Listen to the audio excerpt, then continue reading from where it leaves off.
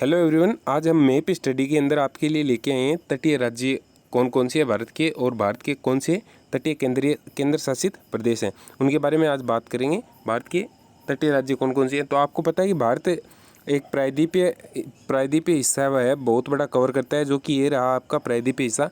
इसके अंदर कुल 9 जो है वो तटीय राज्य हैं, कुल 9, और 4 है वो है केंद्र शासित प्रदेश। तो कुल मिला के 13 केंद्र शासित प्रदेश और राज्य हैं, जो तटीय राज्य है, जो भारत की तटीय सीमा बनाते हैं।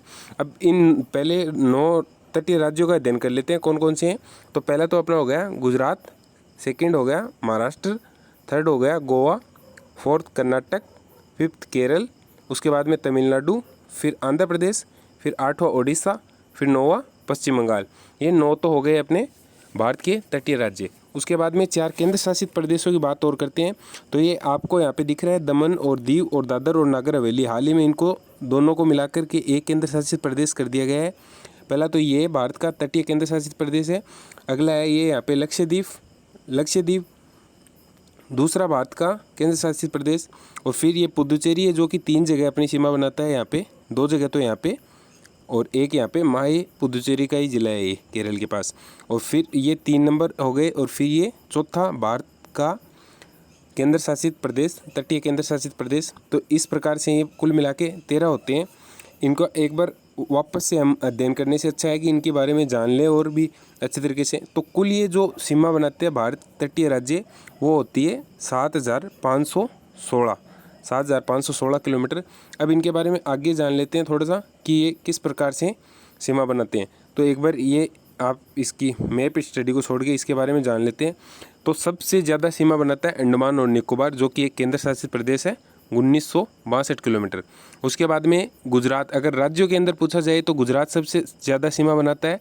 और सबसे कम राज्यों के अंदर गोवा सबसे कम सीमा बनाता है राज्यों के अंदर।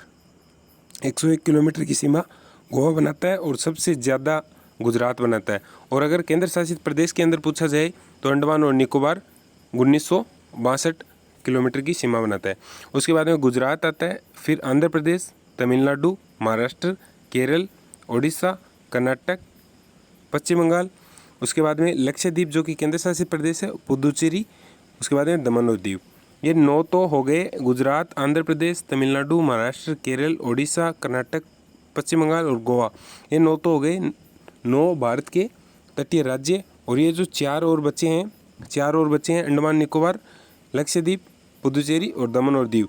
ये 4 हैं भारत के तटीय केंद्र शासित प्रदेश। और भारत की कुल जो तटीय सीमा है वो है 7516, यानी कि 7516 किलोमीटर भारत की तटीय रेखा है। अब एक बार वापस मैप से इसका रिवीजन कर लेते हैं हम कि कौन कौन सी है सीमा बनाते हैं। तो मैप से इसका रिवीजन कर लेते हैं। तो भारत की ये जो कोस्टल लाइन है, मतलब तटीय रेखा है, ये 9 जो भारत के तटीय राज्य बनाते हैं उनमें पहला गुजरात सर्वाधिक रेखा बनाता है। उसके बाद में महाराष्ट्र, फिर गोवा सबसे कम रेखा बनाता है, और उसके बाद में कर्नाटक, फिर केरल, फिर तमिलनाडु, फिर आंध्र प्रदेश, फिर यहाँ पे उड़ीसा, फिर पश्चिम बंगाल। ये 9 भारत के क्या हो गए तटीय राज्य। आगे बात करते हैं भारत के जो 4 बचे हुए हैं, भारत के 4 केंद्र शासित प्रदेश जो तटीय रेखा बनाते हैं। पहला लक्षद्वीप, फिर दमन दीव एवं दादर नागर हवेली, फिर हो गया पुदुचेरी, फिर हो गया अंडमान और निकोबार। ये 4 भारत के तटीय केंद्र शासित प्रदेश हैं। भारत के 9 राज्य तटीय सीमा बनाते हैं और 4 केंद्र शासित प्रदेश भारत की तटीय सीमा बनाते हैं।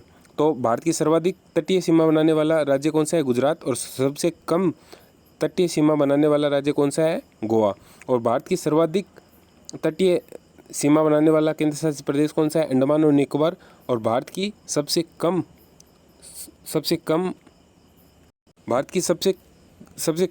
तटीय सीमा बनाने वाला केंद्र शासित प्रदेश कौन सा है? दादर और नागर हवेली। और सर्वाधिक बनाने वाला अंडमान और निकोबार।